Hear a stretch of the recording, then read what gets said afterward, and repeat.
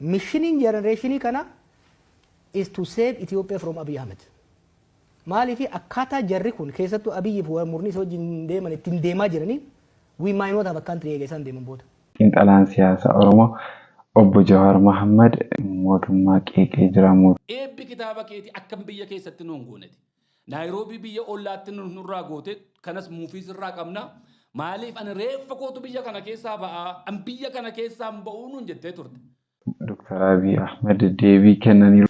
የሆነ ሰው ቅሞ ጽፎታል እናንተም ከፌስቡክ ሰምታችኋል السلام عليكم ورحمة الله وبركاته جالتمتوتا كبجمتوتا داوتوتا channel كينيا يكان داوتوتا جنة ماليف channel لكون حاروان ديف عمومان مو أكماتي وان channel كينيا سنجلو subscribe like share gochو أكا هندگن سنجلا guyyaa har'aa viidiyoo kana irratti dubbatamaa jiru viidiyoo bashannansiisoo ta'an barsiisoo fi bohaarsiisoo ta'an isiniif qabadhee dhufeetan jira hamma xumura viidiyoo keenyaatti like gochuudhaan nu waliin turaan isin jedha akkuma hundi keessan beektanuu samuuna kana aktiivistiin keenya yookaan xiinxalaan siyaasa Oromoo Obbo Jawaar Mohammad kitaaba haaraa fudhatee dhufeera BBC Afaan Oromootiif interview way godhamee ture sanarratti mootummaa qeeqee jira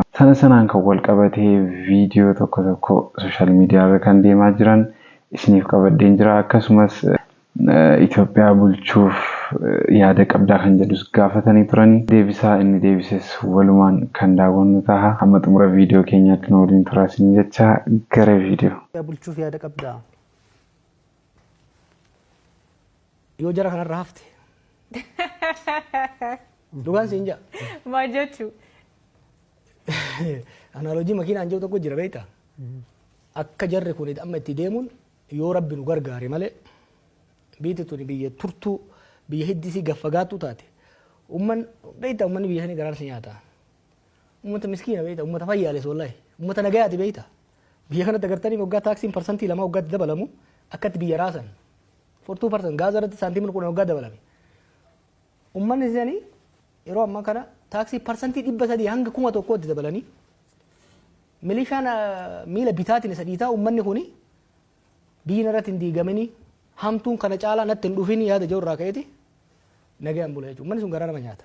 Kanaaf hamma danda'een biyyi tuni sirna kanarraa akka haftu. We need to have a country. We need to save our country. Missioning generation kana is to save Ethiopia from Abiy Ahmed. Maaliif akkaataa jarri kun keessattuu Abiy fi murni isa wajjin deeman ittiin deemaa jiranii we might not have a country eegeessan deeman booda.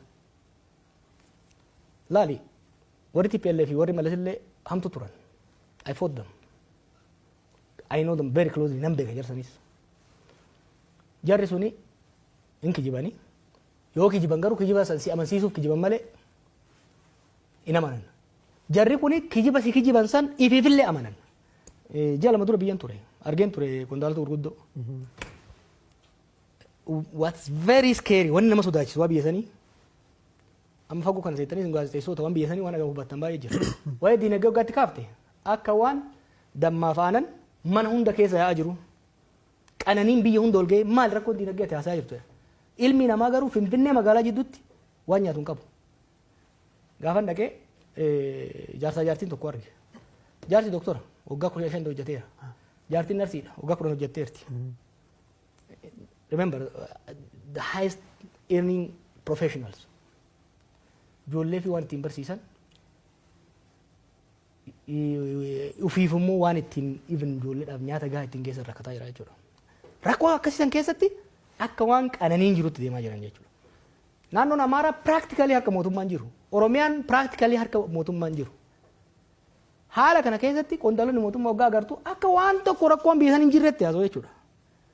This willful ignorance is extremely scary.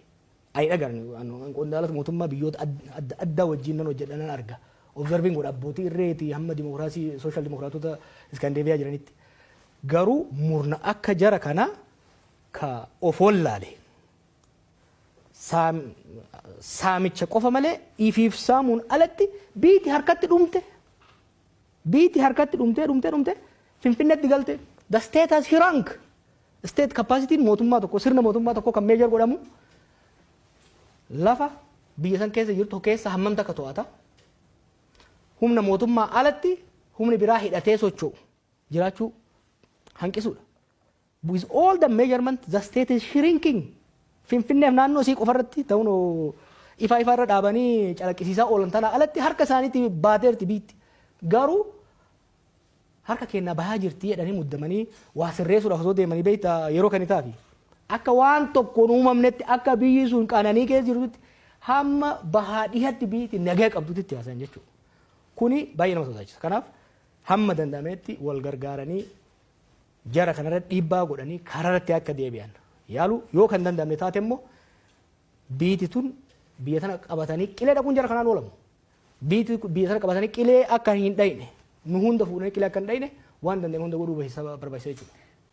Egaa akkuma dhageessanidha waa hedduu dubbatee jira. Amma moomee Dr. Abiy Ahmed bichuusi tuttuqaniiru waa'ee kitaaba isaas dubbataniiru kan isaanii waliin daawwannee deebina. የሆነ ሰው ቅሞ ጽፎታል። እናንተም ከፌስቡክ ሰምታችኋል። እሱን በጣም ዱዌል የሚያደርግ ኃይል ብዙ ነው። ሮድማፕ የለም፣ እንሄድበት አይታወቅም፣ መድረሻችን አይታወቅም። መድረሻችንም ያው ሰማይ ቤት ነው። ግን ፖለቲካል ስብራቶቻችን ምንድን ናቸው የሚለውን ማየት ጥሩ ነው። ኢትዮጵያ ውስጥ ከፍተኛ የፖለቲካ ስብራቶች አሉ፣ በብዙ የሚገለጹ ሜጀር ተብለው ቢነሱ ጥሩ የሚሆነው አንደኛው ህሊና ቢስ መሆን፣ ጭራሽ ማገናዘብ ማስተዋል የሚባል ነገር የሌለበት የራሱ ኪስ የደለበ እንደሆነ ሰው ሞተ አልሞተ እሱ ከተወደሰና ከሰማይ ከነካ ብዙዎች ረገፉ አልረገፉ ደንታ የሌለው አዋቂ የተሰባሰበበት ህሊና የሌለው ስብስብ የበዛበት ነው። አንዱ ስብራት ማመዛዘን የሚባል አማራ ሆኖ የኦሮሞን ቁስል ማያይ፣ ኦሮሞ ሆኖ የትግራይን ቁስል ማያይ የራሱን ብቻ የሚያራግብ እንደ ሰው ማሰብ የሚሳብ ይህ ህሊና ቢስነት ሕክምና ይፈልጋል። ሁለተኛው ልግመኝነት ነው። ሰው የሚጠይቀውን ዲማንድ የሚያደርገውን ሩብ ደሊቨር አያደርግም፣ አይሰራም። ሊስትሮም ቢሆን አሳምሮ አይጠርግም፣ ሚኒስተርም ሆኖ አሳምሮ አይሰራም። ግን ይጠይቃል። ዲማንዱ ብዙ ነው። አሁን በጋዜጠኝነት በሶሻል ሚዲያ በብዙ አንስታችኋል። ማን ነው የሚያደርገው? እሱ ልግመኛ ሆነን የሚጠበቅብንም በተሟላ መንገድ ማድረግ ተስኖን ከኢትዮጵያ የምንጠብቀውን ነገር ለማግኘት የምንሻ ከሆነ ያው እንመኛለን፣ ግን አናገኝም። ዴዲኬትድ መሆን ያስፈልጋል። ሶስተኛ ዋልታ ረገጥነት ነው። ሃይማኖትም ይሁን ብሔርም ይሁን ጫፍ ላይ ካልቆመ ይቆም አይመስለውም። በነገራችን ላይ ኢትዮጵያ ውስጥ ብሔርተኛ ያልሆነ ፖለቲከኛ የለም። ኢትዮጵያ የምትሉ ቅድም ያነሳችሁ በሙሉ ብሔርተኞች ናችሁ። በምን ሂሳብ መሰላችሁ? ብሔርተኛ አይደለውም ሲል የራሱን ሰፈር እያወደሰ ያንተን ሰፈር እያቋሸሸ ነው እንጂ የትኛው ነው ኢትዮጵያዊ በኢትዮጵያዊነት በዜግነት የሚያምን ሰው ለምን ትግራይ ያኮረፈች ብሎ ትግራይ ሄዶ እንደዚህ አይነት ፓናል የፈጠረው ማን አለ? እዚህ ሆኖ ድንጋይ የሚወረውረው ለምንድን ነው? ኦሮሞ ውስጥ እንደዛና እንደዚህ የሚባለው ሄጄ ላጥና ያላለ እንዴ? አዲስ አበባዊ ነኝ ወይም ኢትዮጵያዊ ነኝ የሚል ሰው የሌላን ቁስል ለማየት የሚሻ አይደለም። እሱ ኢትዮጵያዊ ነው፣ ሌላው ገንጣይ ነው። እሱ ኢትዮጵያዊ ነው፣ ሌላው ጥፋት ነው። ይሄ ዋልታ ረገጥ አስተሳሰብ ያው ወደ ነበርነው መወራወር ያስገባን ይሆናል እንጂ አያሻግረንም። ኤቢ ኪታባ ኬቲ አከም ብየ ኬሰት ነው እንጎነቲ ናይሮቢ ብየ ኦላትን ኑራ ጎቴ ከነስ ሙፊስ ራቀምና ማሊፍ አን ሬፍ ኮቱ ብየ ከነ ኬሳ በአ አንብየ ከነ ኬሳ በኡኑ እንጀቴ ቱርት ኤበ ኪታባ ኬቲ ሐዋሳ ኬ ዲስቴ ኡመታ ኬ ዲስቴ ተሪጋ እየመሲ ከነን ሲከኑ ዲደንቴ እምቤኩ ሰነ ኬሳ ጭቲ ሳዋንን እምቤኔ ቢ ኤቢ ጀልቀባ ኩ ናይሮቢ ተውሳ ገሩ ጥቆሴ ሙፊን ራቀባ ሐዋሳ ኬ ሐዋሳ በልጣ ኦሮሚያ ኬሰቱ ቱኑ ጎቴ ባየ በሬዳ ቱሬ ጋ አስራ ባነ ኪታባ ኤቢሲሱ ናይሮቢ ዱፉሞ ሁምነ ሳትን ቀምኑ አከ ሚዲያ ራርገ ብልጽግናት እንሶሮመን ነው እንጀራን ሰለምት ዱቢኒ አትስ እንቤታ ጃዌ ኬኛ ሞቱማን ብሪ ኬሻ ዳምባቴ ስፓልቲ ጉባ ዳበቴ ነመን ሲመቱ ሃሎ መትቲ ነው ጂኦ ጀቹ ደንዴሱ ሲሚጀጅ ሰመለ አከ ብያ አላ ከና ኦዴሰን ኬሻ ብሪ ጉተቴ ስፓልቲ ጉባ ዳበቴ ነማን ከኑ ገሩ አከቴ ኦጀቱ ፊቱ ሲገርጋሩ ፕሮሴሲን ብየ ከነ ኬሳ ነመደደቢ ሰንሰነቱ ጥቆሴ ስራ ላፍሱ መለ ሞቱማን ብየ ከነ ኬሰቲ ሆሪ ፊዴ ሻንጣ ዳንጉቴ ነማን ከኑ ወሪ ብያ አላ ከናው በዳ